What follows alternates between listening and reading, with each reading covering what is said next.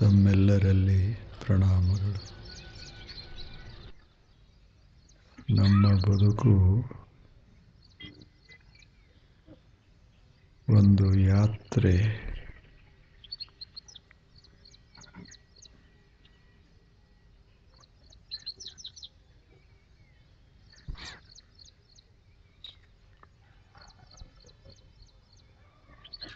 ನಿರಂತರವಾಗಿ ವರುಷಗಳ ಕಾಲ ಇದು ನಡಿಬೇಕು.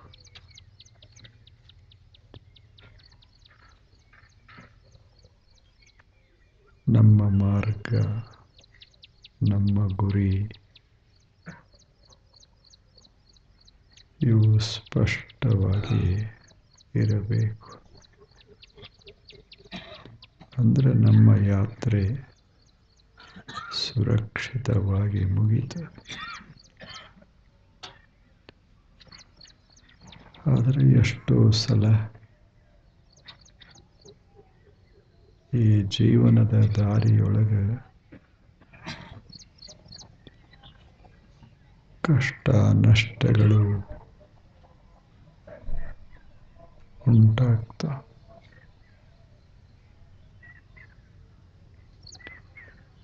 ಗುರಿಯನ್ನು ತಲುಪೋದು ಬಹಳ ಕಷ್ಟವಾಗ್ತದೆ.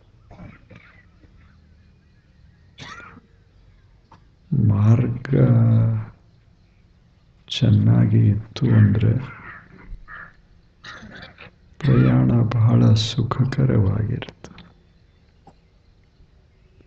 ಉತ್ಸಾಹ ಇರ್ತದೆ. ಮಾರ್ಗ ನಾವು ತಿಳಿದಷ್ಟು ಸಲೀಸಾಗಿ ಇಲ್ಲದೆ ಇದ್ದರೆ ಪ್ರಯಾಣ ಬಹಳ ದುಃಖಕರವಾಗ್ತದೆ, ಕಷ್ಟಕರವಾಗ್ತದೆ. ಯಾರ ಜೀವನವನ್ನೇ ತಾವು ತೆಗೆದುಕೊಳ್ಳಿ, ಸರಳಂತಿಲ್ಲ.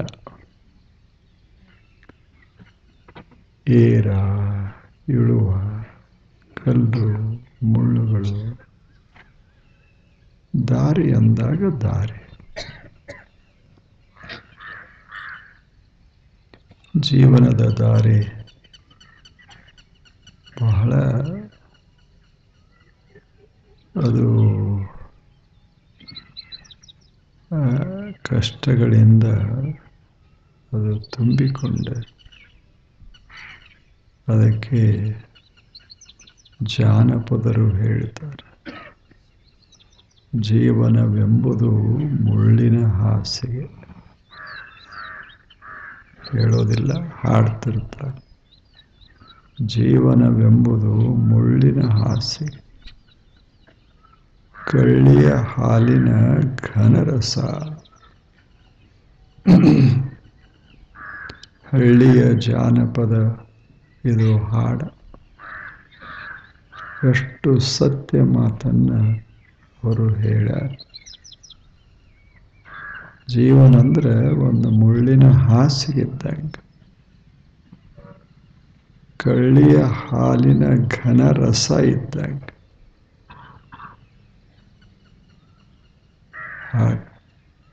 ಇದರಲ್ಲಿ ನಾವು ಜೀವನ ಸಾಗಿಸಬೇಕು.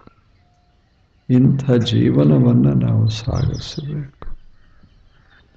ಅದು ವರುಷ ಅಲ್ಲ, 100 ವರ್ಷ. ಎಲ್ಲ ನಮ್ಮ ಸುತ್ತಮುತ್ತ ಒಂದೇ ರೀತಿ ಇರ್ತಾವೇನು? ಎಲ್ಲವೂ ಬದಲಾಕೋತ ಹೋಗ್ತಾವ. ನಾವು ನಿರೀಕ್ಷಿಸಿದಂಗೆ ಜಗತ್ತು ಇರೋದಿಲ್ಲ. ಈಗ ತಾವು ಯೋಚನೆ ಮಾಡಿ, ಏನು ಕನಸ ಕಂಡಿರ್ತೇವೆ. ಲಗ್ನ ಆಗೋಕ್ಕಿಂತ ಮುಂಚೆ ಬಂಗಾರದ ಕನಸು. ನಾವು ಬಹಳ ಸ್ವರ್ಗ ಸಮಜೀವನವನ್ನು ಸಾಗಿಸಬೇಕು ಅಂತ ಕನ್ಯಾ ಆಗಲಿ ವರ ಆಗಲಿ ಕನಸ ಕಂಡಿರ್ತಾರೆ.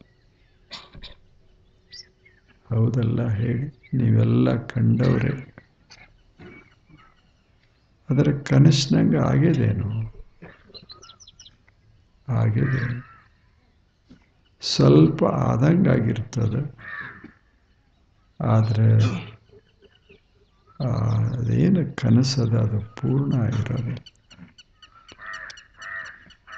ಸ್ವರ್ಗ ಸುಖ ಪಡಿಬೇಕಂತ ನಮ್ಮದೆಲ್ಲ. ಆದರೆ ಏನು ಮಾಡೋದು? ಸ್ವರ್ಗ ಸುಖ ಸಿಗೋದು ಬಹಳ ಕಷ್ಟದ ಕೆಲಸ. ಯಾಕೆ? ಆತಂಕಗಳು ಬಹಳ. ನಾವು ತಿಳಿದಂಗೆ ಎಲ್ಲವೂ ಇದ್ರೆ ಸರಿ, ಹಂಗಿರ್ಬೇಕಲ್ಲ. ನಾವು ತಿಳಿದಂಗಿರ್ಬೇಕಲ್ಲ. ವರ ಬಹಳ ಚಲೋ ಅದಾನ ಅಂತ ನಾವು ತಿಳ್ಕೊಂಡ್ರಿತು. ಏನು ರಾಮ ಇದ್ದಂಗ ಹಂಗೆ ಭಾವಿಸ್ತೇವಿ. ಅವ್ರ ಮನೆಗೆ ಹೋಗ್ತೇವಿ, ಅಲ್ಲೊಬ್ಬ ಕೈಕೇಯಿ ಗಂಟು ಬೀಳ್ತಾರೆ. ಇಲ್ಲೇನು ಒಬ್ಬ ಮಂಥರೆ ಗಂಟು ಬೀಳ್ತಾರೆ. ಸೀತಾದೇವಿ ಎಂಥ ಸುಂದರ ಕನಸ ಕಂಡಿತ್ತು. ಅಯೋಧ್ಯ ಪಟ್ಟಣದ ಮಹಾರಾಜ ರಾಮ, ನಾನು ಮಹಾರಾಣಿ. ಕನಸು ಅಂಥ ವಿಶಾಲವಾದ ಸಾಮ್ರಾಜ್ಯ. ರಾಮನಂಥ ರಾಮ ಪತಿ, 100 ಜನ ಸೇವಕರು ಸೇವಕಿಯರು, ಆಸ್ತಿ ಪಾಸ್ತಿ ಯಥೇಚ್ಛ, ಪ್ರೀತಿಸುವಂಥ ಲಕ್ಷಾಂತರ ಕೋಟ್ಯಂತರ ಪ್ರಜಾವರ್ಗ ಎಲ್ಲ ತಲೆಯೊಳಗೆ. ಇಂಥದ್ರಲ್ಲಿ ಆ ಮನೆ ಹೋಗಿ ಸೇರಿದ್ರು ಮನೆಯೊಳಗೆ ಇವ್ರು ತಿಳಿದಂಗೆ ಬೇಕಲ್ಲ, ಇವರು ತಿಳಿದಂಗೆ ಇರಬೇಕಲ್ಲ. ಕೌಶಲ್ಯ, ಸುಮಿತ್ರ, ಕೈಕೇಯಿ 3.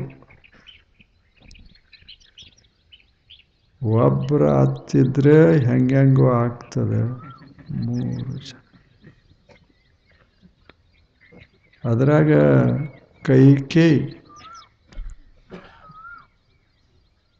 ಹೇಳಿ, ಬರೇ ಕೈಕೇಯೆಲ್ಲ ಮಂಥರ.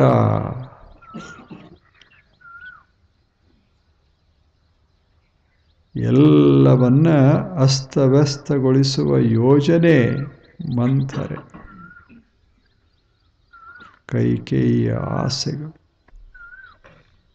ಕೈಕೇಯಿಯ ಆಸೆಗಳು ಕೆಟ್ಟಲ್ಲ, ಆದರೆ ರಾಮನ ಜೀವನ, ಸೀತಾದೇವಿಯ ಜೀವನ. ಈಗ ಬಂದು ಮಹಾರಾಣಿಯ ಕನಸ ಕಂಡು ಬಂದವರು ಎಲ್ಲ ಬಿಟ್ಟು ಅರಣ್ಯ ಪಾಲಾಗಬೇಕು. 14 ವರ್ಷ. ಇನ್ನು ನಮ್ಮ ಜೀವನ ಚಲೋ ಅಷ್ಟರೇ ಏನೂ ಆಗಿಲ್ಲ. 14 ವರ್ಷ ಯಾರೇ ಹೋಗ್ಯಾರೇನು ಅರಣ್ಯಕ್ಕೆ?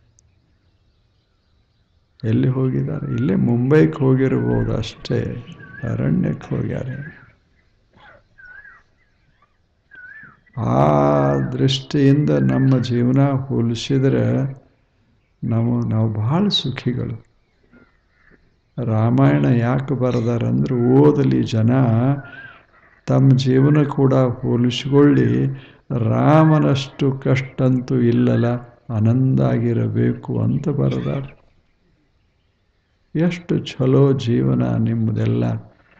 ಯಾರೋ ನಿಮ್ಮನ್ನು ಊರು ಬಿಡಿಸಿಲ್ಲ, ಹೋಗಂತ ಹೇಳಿಲ್ಲ. ಹೋಗಂತ ಹೇಳೋರೇ ಹೋಗ್ಯಾರೆ ವಿನಃ ಹೋಗಂತ ಯಾರು ಹೇಳಿಲ್ಲ.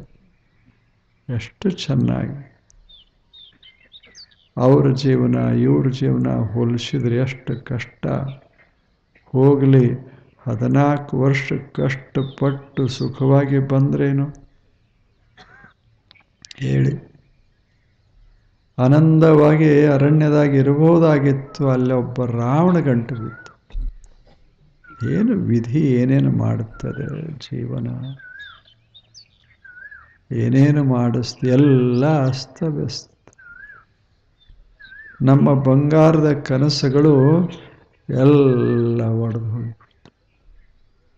ರಾವಣ ಗಂಟೆ ಅವಂದರೆ ಬದುಕು ಆರಾಮಾತೇನೋ ಅವಂದೂ ಇಲ್ಲ, ಅವನು ಎಲ್ಲ ಕಳ್ಕೊಂಡ.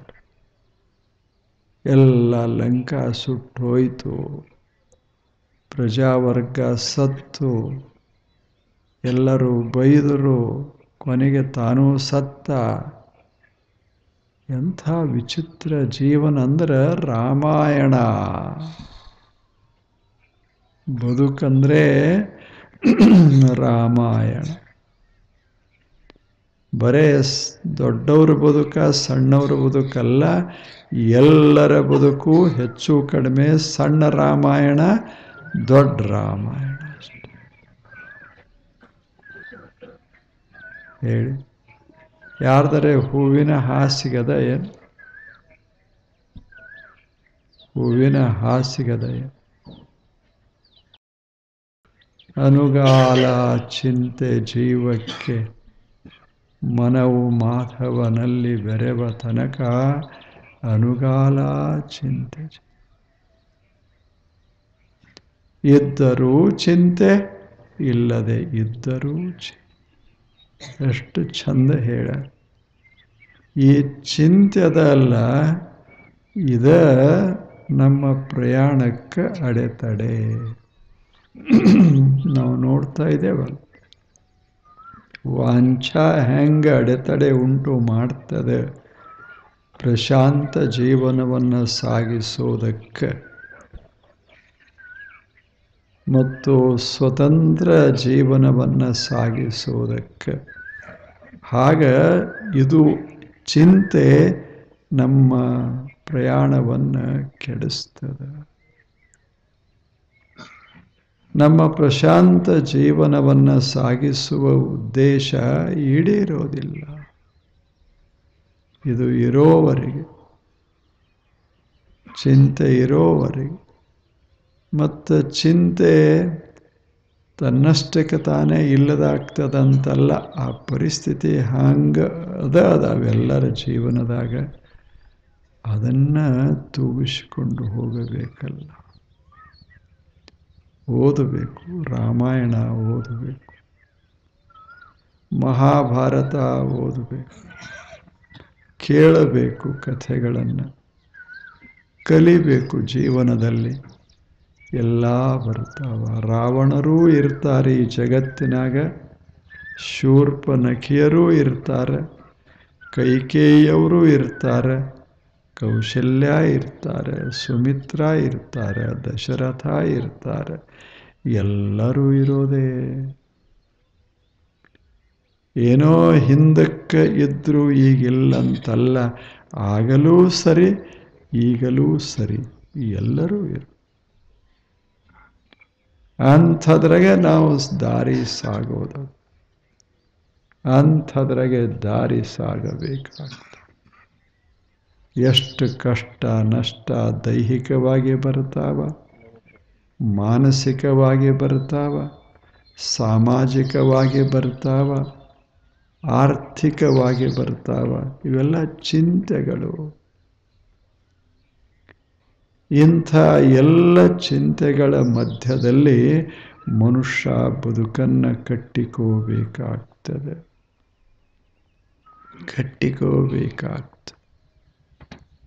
ಯಾವ ಕ್ಷಣ ಏನು ತೊಂದರೆ ಆದೀತು ಹೇಳಲಿಕ್ಕಾಗೋದಿಲ್ಲ. ಹಂಗೆ ಬದುಕ, ಜಗತ್ತಿನ ಬದುಕ ನಿಂತ ಪುಟ ಪುಟ ತೆಗೆದ ನಾವು ನೋಡೋಣ.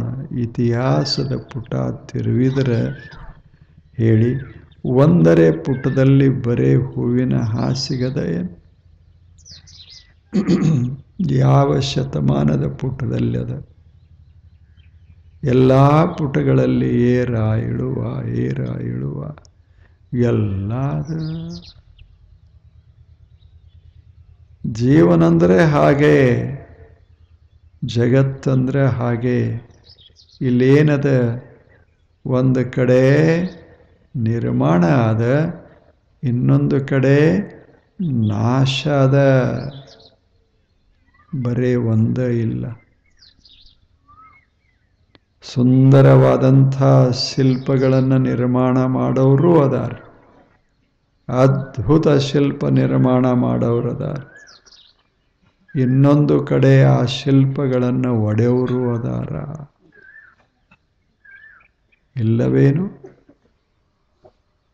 ಸುಂದರವಾದಂಥ ಅರಣ್ಯ ಬೆಳೆಸೋರು ಅದಾರ, ಹೂದೋಟ ಬೆಳೆಸೋರು ಅದಾರ, ಹೂದೋಟವನ್ನು ಹಾಳು ಮಾಡುವವರು ಅದಾರ. ಜೀವನ ಆಯಿತು, ಜಗತ್ತಾಯಿತು, ಎರಡೂ ಅದ. ಯಾರನ್ನೂ ತೆಗೆದು ಹಾಕ್ಲಿಕ್ಕಾಗೋದಿಲ್ಲ. ಕತ್ತಲಿನೂ ಇರೋದೇ, ಮತ್ತೆ ಬೆಳಕನೂ ಇರೋದೇ, ಎಲ್ಲ. ಇಂಥ ಜಗತ್ತಿನೊಳಗೆ ಮಸ್ತಾಗಿ ಬದುಕಬೇಕಲ್ಲ. ಎಷ್ಟು ಚಲೋ ಒಂದು ಮಾತು ಹೇಳ್ತಾರೆ. ಸ್ವೀಡನ್ ಅಂತ ಒಂದು ದೇಶ, ನಾರ್ವೆ, ಸ್ವೀಡನ್ನು, ಫಿನ್ಲ್ಯಾಂಡು, ಸ್ಕ್ಯಾಂಡಿನೇವಿಯನ್ ದೇಶಗಳಿವು. ಬಹಳ ಉತ್ತರಕ್ಕದಾವು. ಅಲ್ಲಿ ರಾತ್ರಿ 12 ಗಂಟೆಗೆ ಸೂರ್ಯ ಕಾಣಿಸ್ತಾನ. ಅಂಥ ದೇಶ ನಾರ್ವೆ ಪರ್ವೆ ಅದಾವ. ಅಲ್ಲಿ ಒಂದು ಗಾದಿ ಮಾತದ, ಬಹಳ ಚಲೋ ಗಾದಿ ಮಾತು. It is not work but worry that drives all sleep away, that makes the world grow old, that weakens the faith of God, faith in God, and that breaks the heart of man. ಇದೊಂದು ಸುಂದರ ಗಾದಿ ಮಾತು. ಕೆಲಸ ನಮ್ಮನ್ನು ಹಾಳು ಮಾಡೋದಿಲ್ಲ. ನಾವು ತಾಸು ಕೆಲಸ ಮಾಡಬಹುದು, ದಿನದ ತುಂಬ ಮಾಡಬಹುದು. ಅದು ನಮ್ಮ ಜೀವನವನ್ನು ಹಾಳು ಮಾಡೋದಿಲ್ಲ. ಚಿಂತೆ ಅನ್ನೋದು ಹಾಳು ಮಾಡ್ತದೆ. It is not work but worry that drives all sleep away. ನಮ್ಮ ನಿದ್ದೆ ಕೆಡಿಸ್ತದೆ. ಯಾವುದು ಕೆಲಸ ಅಲ್ಲ, ಇದು ಚಿಂತೆ ನಿದ್ದೆ ಕೆಡಿಸ್ತದೆ. Makes the world grow old, ಎಲ್ಲ ಹಾಳು ಮಾಡ್ತದೆ, ಹಳಿದು ಮಾಡ್ತದೆ. ಇದರ ಶೋಭೆಯನ್ನು ತೆಗೆದು ಹಾಕ್ತದೆ, ಜೀವನದ ವೈಭವನ ನಾಶ ಮಾಡುತ್ತೆ. ವೀಕನ್ಸ್ ದ ಫೇತ್ ಇನ್ ಗಾಡ್.